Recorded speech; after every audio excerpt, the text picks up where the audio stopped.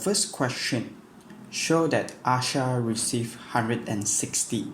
So first of all, you need to identify the total ratio, which in our case is 32. So take 640 times 8 over 32, then you will get 160. Whereby for part B, you just repeat what you did in part A. Take 640 times 15 over 32 and 640 times 9 over 32 to find Biren and Chamal's respective amount received.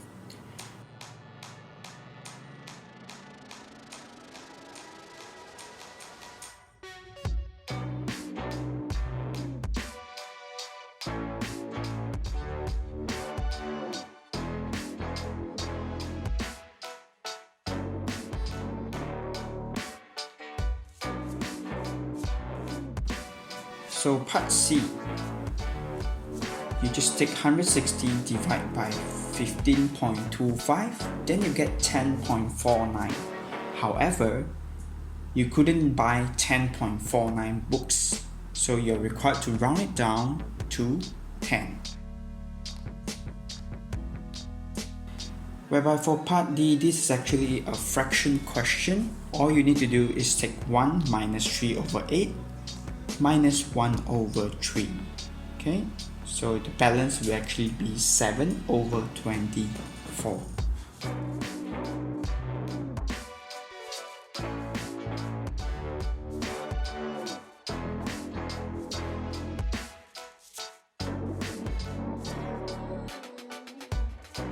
Question 2. Okay, the first line that I drew is actually the locus of points that are equidistant from A and B. Okay.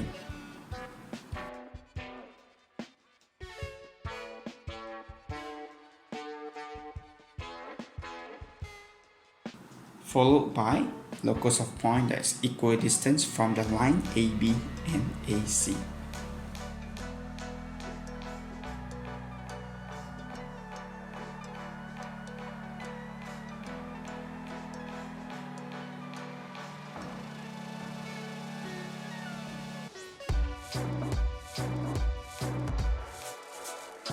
Lastly, the trickier part will actually be this. So you're required to use a ruler and measure 5 cm from there, because 1 centimeter represents 50 meters.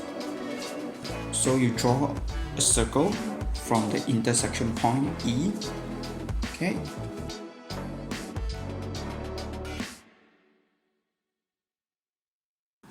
Then you're required to shade the required region, so which in our case is more than 250 meters from E and closer to AC, so which is the top corner and the top left corner.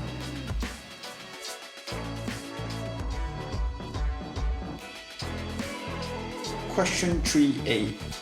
Okay, the first thing that I did was 19 people said they ate mango. So you take 19 minus 5 minus 7 minus 4. Then you will get the balance of 3.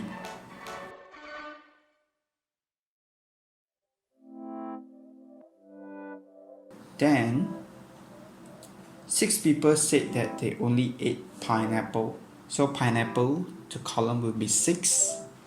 And then 18 people say they eat exactly 2 types of fruits. So as you have gotten 3 and 7, simply take 18 minus 7 and 3, then you get the balance of 8. Okay, for you to find the total numbers, simply add everything up. So the tricky part here will actually be some students might forget to add the 1 that is outside of the circles. Okay, do take note on that.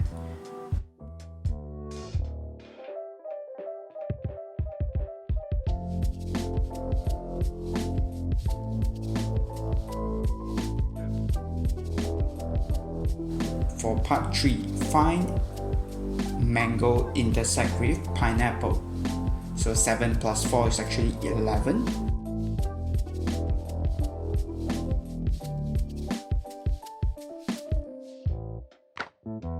And last question, one people is chosen at random from the people who ate mangoes.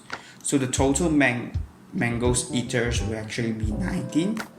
Okay, and find the probability that this person also ate bananas. So it will be 4 plus 3, so 7 over 19 is the final answer.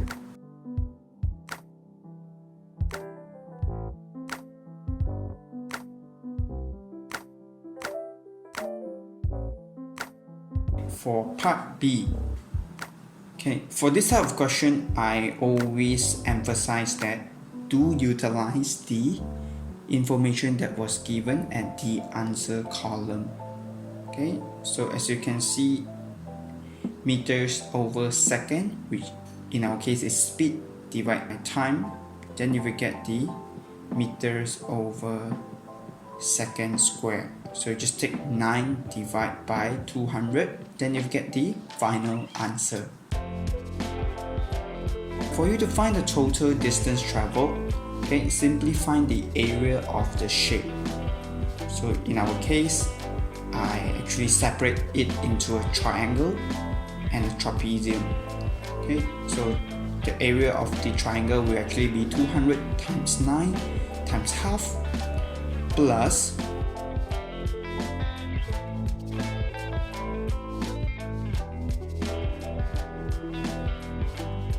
so the base will actually be 1500 minus 200, and the top here will actually be 1100 minus 200.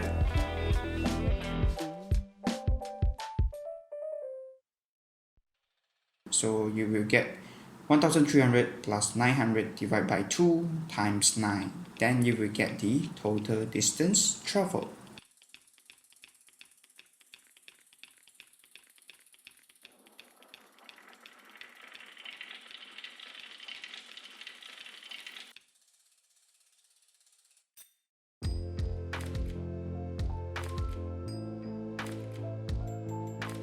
Lastly, which is the average speed of the whole journey. So simply take total distance divided by time traveled, then you will get the final answer.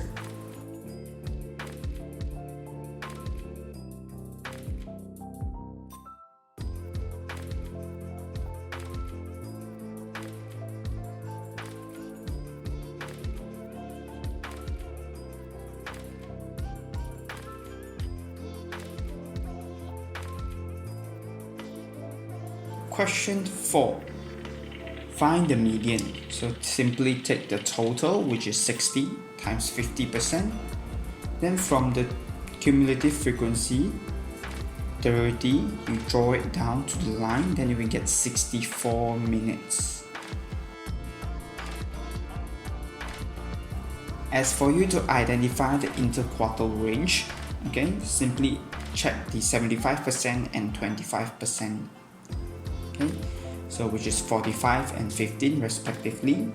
So you draw it down from the graph again, then you will end up with 71 and 55. So the difference will actually be 16, which is the answer.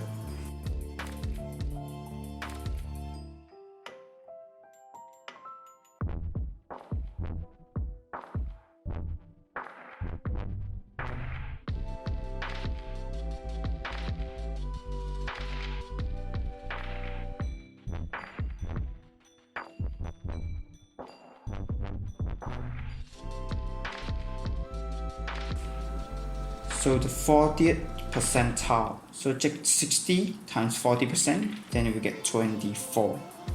So from 24 you drew it down, you will get 62.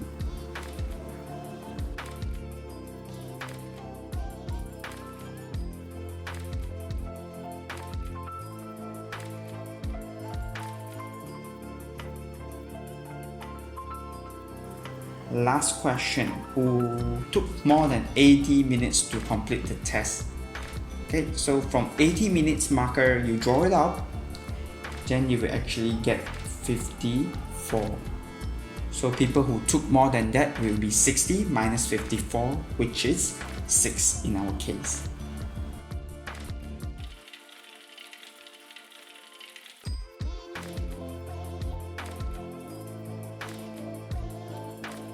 For part B, so you're required to identify the respective frequency from the graph itself. So just find the difference. So it is 12, 23, 11 and 2 respectively.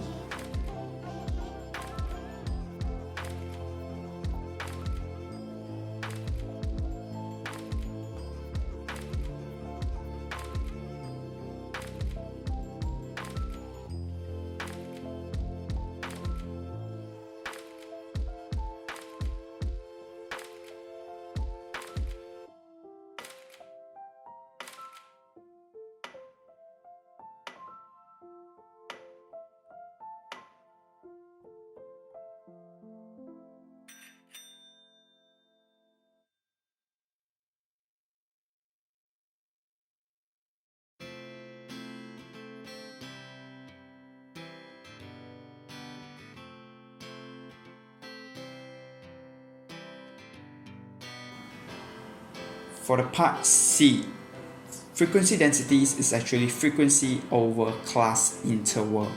Okay, so when I approach this kind of question, my rule of thumb is to check the graph that was given by the examiner. So I run a calculation on what they have drawn, okay, to check whether am I required to multiply a scale factor into it. So as you can see, for the first one, it's actually 0.2. So no changes is being made. So just take the respective frequency, divide by the class interval, then you will get the final answer.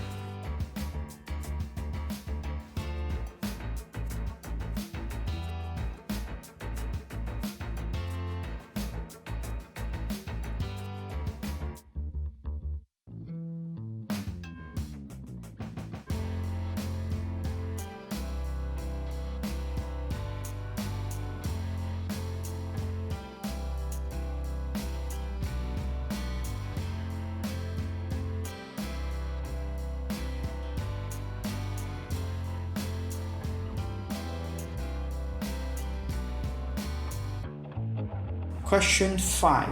Okay, she sold her car for 6,000. This is a loss on the price she paid.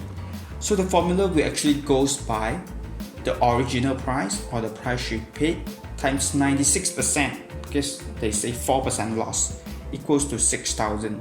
So the original price will actually be 6,250.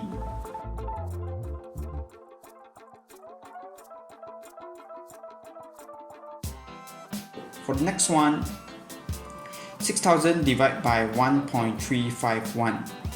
Okay, then you will get the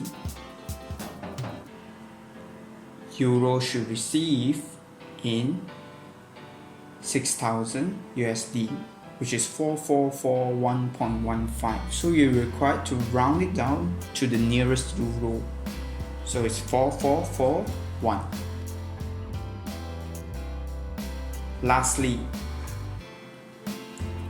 calculate the rate of simple interest per year I shall receive. So key things to take note is that for compound interest formula, the results that you've gotten actually added the capital in.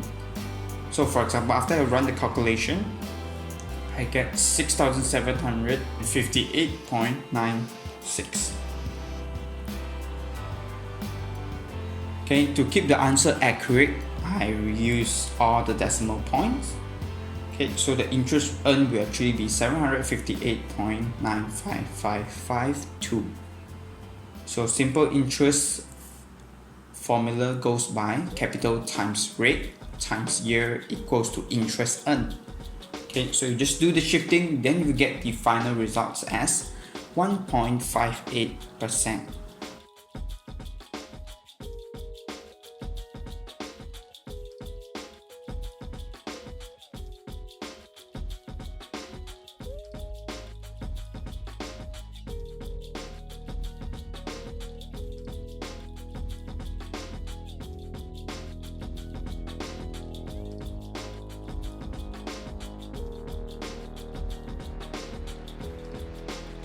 For question 6 part A number 1, triangle X onto triangle Y. Okay.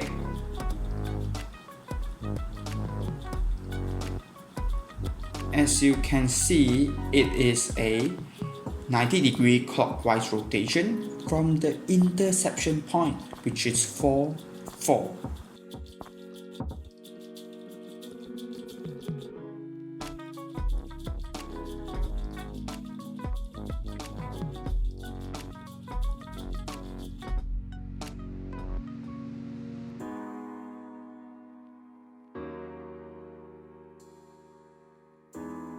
So triangle X onto triangle Z. So this is a enlargement. Okay, you draw it down, then you get the point, which is 5, 1, with a scale factor of 2.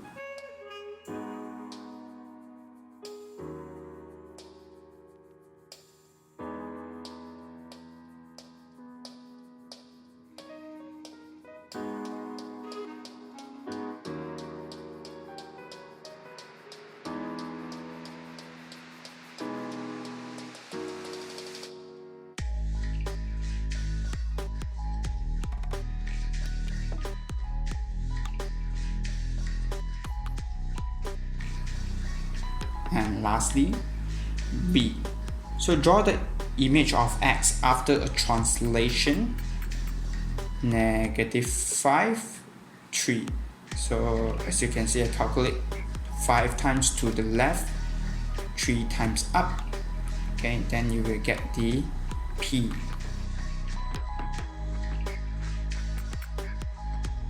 Then draw a reflection of P at y equals to 3. So I labeled it as P image.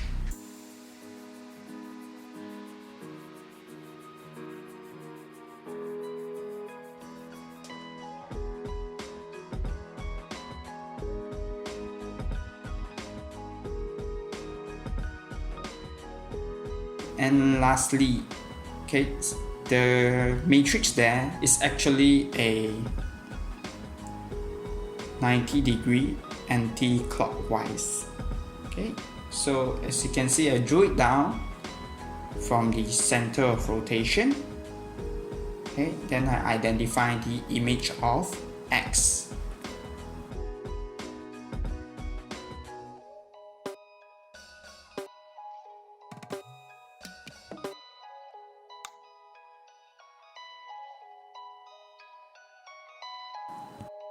As for the next part, first thing you need to do is to fill up the X position with the variables given. So you need to fill in -0.5, you need to fill in 1.5 and also 3. So with all these variables filled up already, then you are required to plot out the graph. Okay.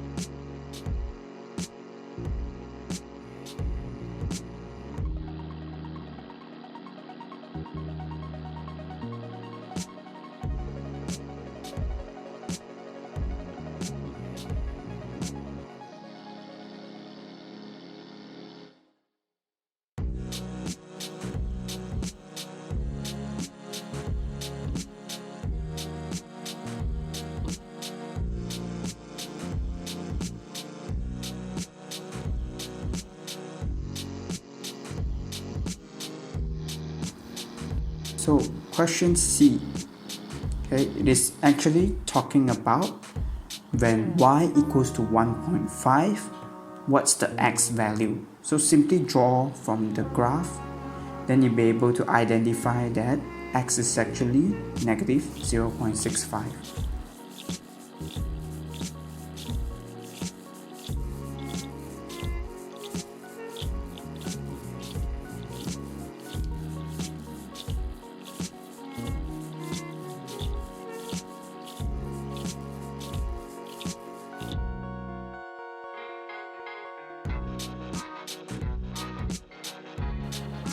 Whereby for the next part, okay, this is a little bit tricky.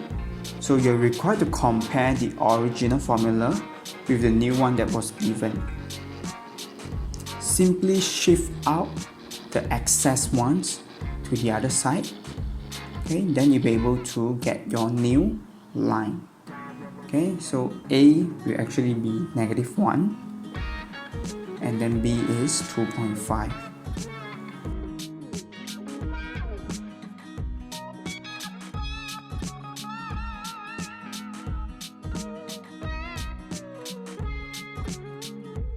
So in order for you to draw out the line, you are required to set some variables, okay, and plot down minimum 2 points.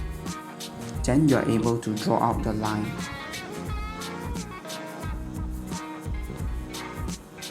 Okay, and the intersection will be the answer.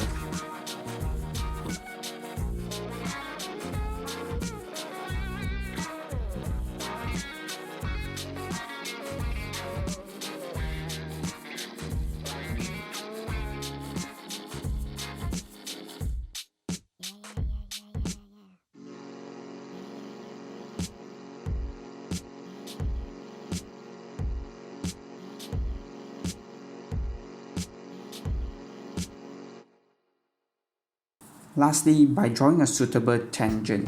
So from the point x equals to 2, you draw a line there. Then simply pick up 2 points and run the gradient formula y2 minus y1 over x2 minus x1. Then you'll be able to find the final results.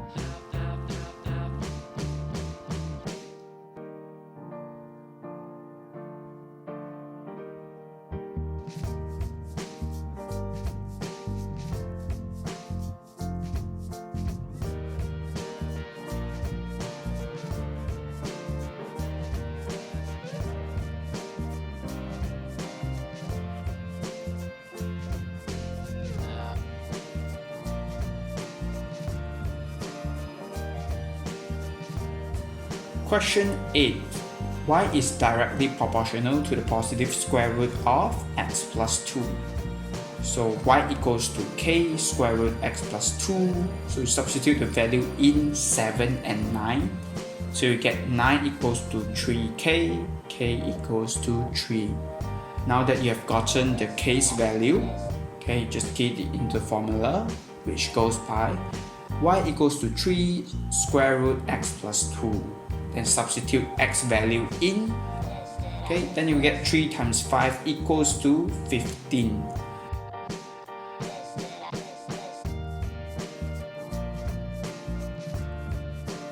(8b) is actually a relatively tricky one, okay, because the upper part, which is the x squared plus 12x plus 36, couldn't be solved using the conventional cross multiples method. So things that you are required to do is utilize the formula which goes by a plus b bracket square.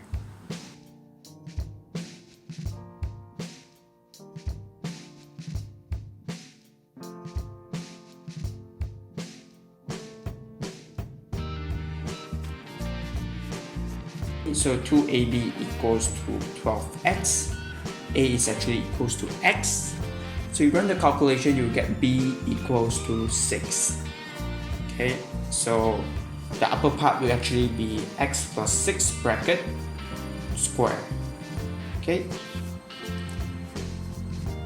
so for the bottom part, okay, just run the cross multiple formula. Then you will get x plus 6 and x minus 2. So cross it out, then you get the balance of x plus 6 over x minus 2.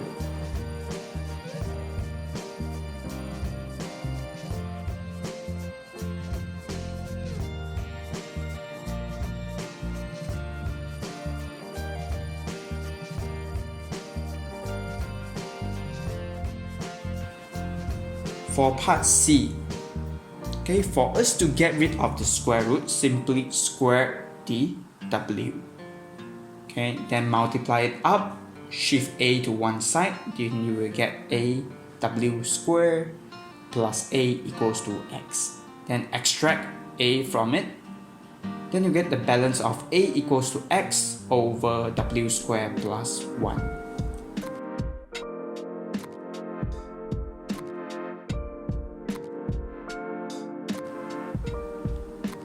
Okay, whereby for part D.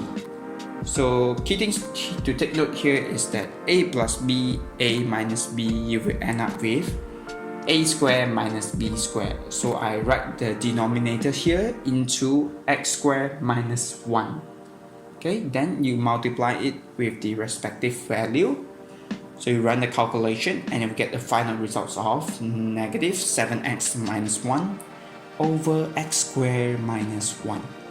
Okay, key things to take note, 1 squared is actually equals to 1.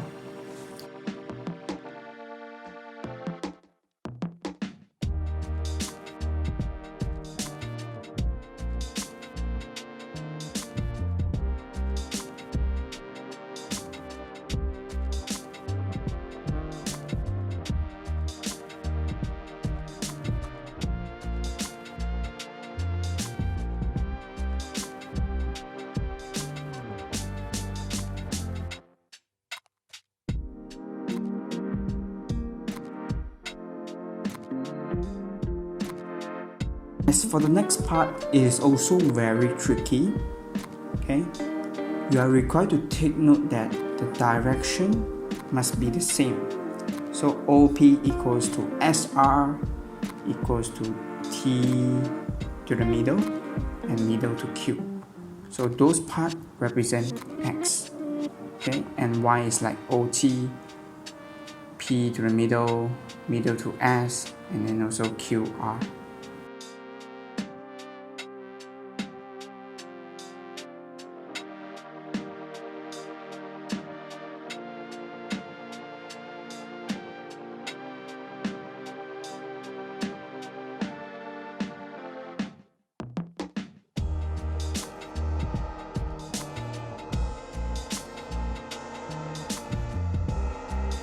So the first thing they ask us to identify QR. So QR is actually equals to Y.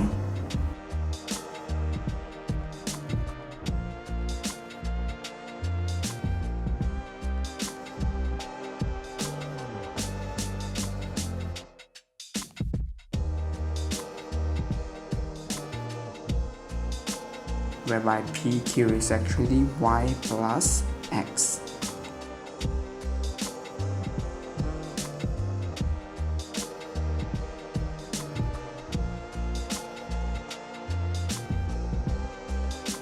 And position vector of S, okay, which is from 0 to S. So OT, T to the middle, and middle to S. So 2y plus X.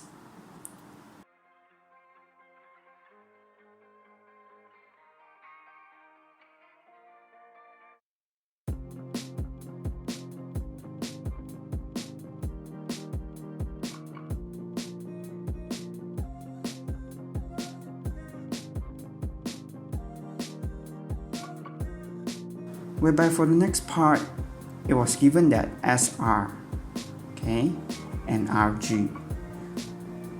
So immediately you identify that RG is actually half of X, okay. Then they want you to find GQ. So GR is actually negative half X, then RQ is negative Y. Okay, then you take out the negative from both of it, then you get negative bracket 1 over 2x plus y bracket.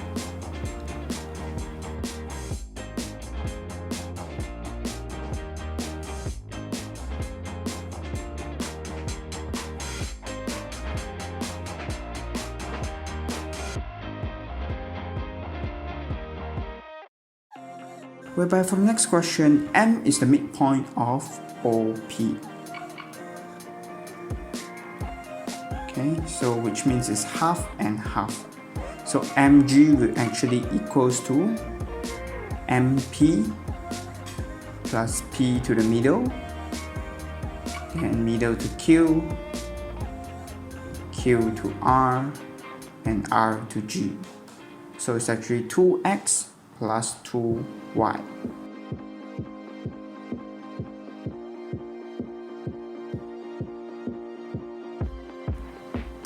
Whereby for next one you're required to prove it.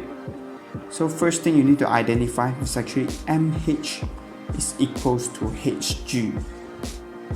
Okay, and they both results in x plus y. So you need to also state that mg is actually 2mh.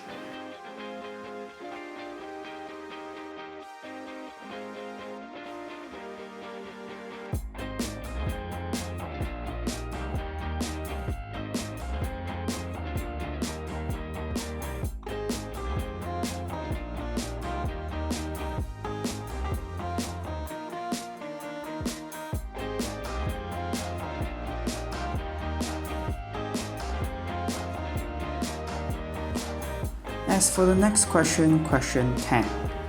So the first thing that I will do is actually I draw out another triangle at the side, okay, and then I use the information given, which is radius equals to 1. So I'll be able to find the base of the triangle at the left side is 3 and the hypotenuse of it is 6. Then simply use Pythagoras theorem to find the height of it.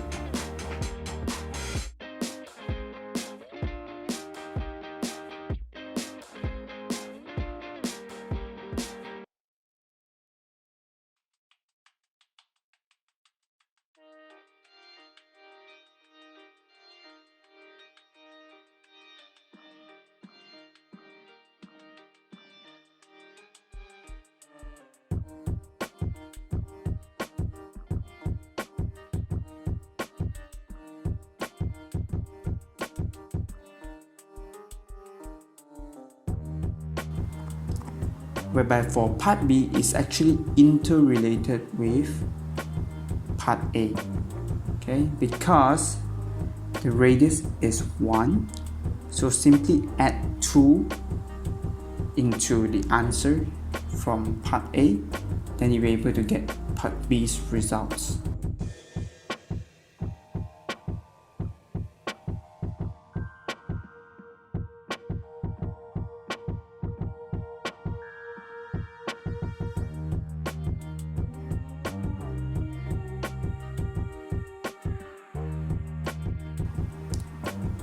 And part B's second part is the hardest among all these questions. Okay, so as you can see, I draw up 3 lines at the triangle there.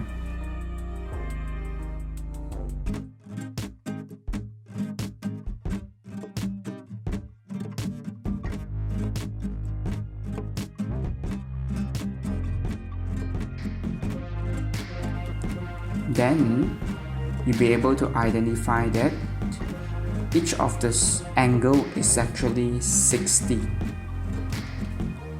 Okay, so using tangent, I'm able to find the opposite, okay, which is the base of the left side of the triangle. So the base is actually square root 3.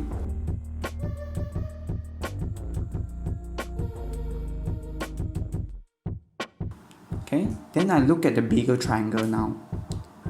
So with the adjection given, then I'll be able to find the height of this triangle.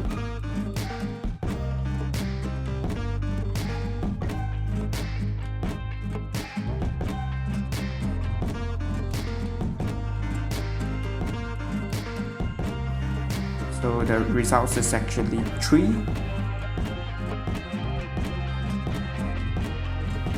Okay. Then I run the calculation. 3 times 2 square root 3 times half times 12.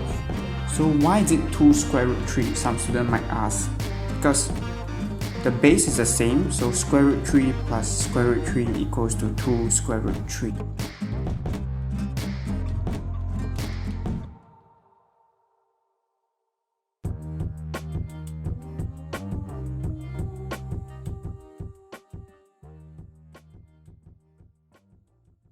For the last question, question 11. Okay, so this is actually the function question.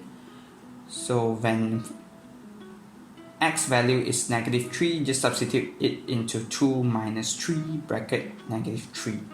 So you get a result of 11. So g bracket 2x, then you get 7 times 2x plus 3, which is 14x plus 3.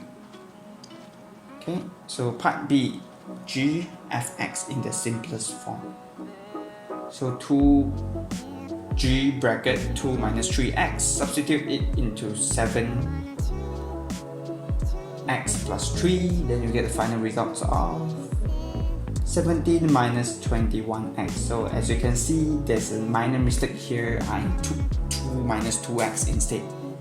Okay, so do refer back to the information given and double check to avoid unnecessary mistakes.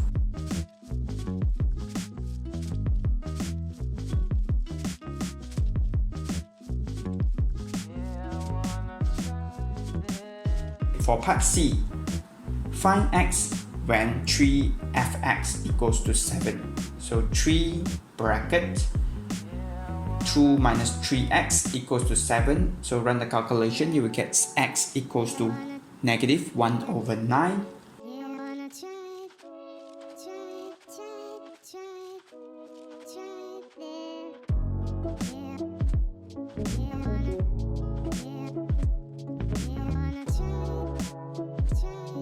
And the last question, simply substitute the value in, then you will get the formula which goes by 2 minus 3 bracket x plus 4 minus 7x plus 3. So you run the calculation and you will get x equals to 13 over -10, which is -1.3.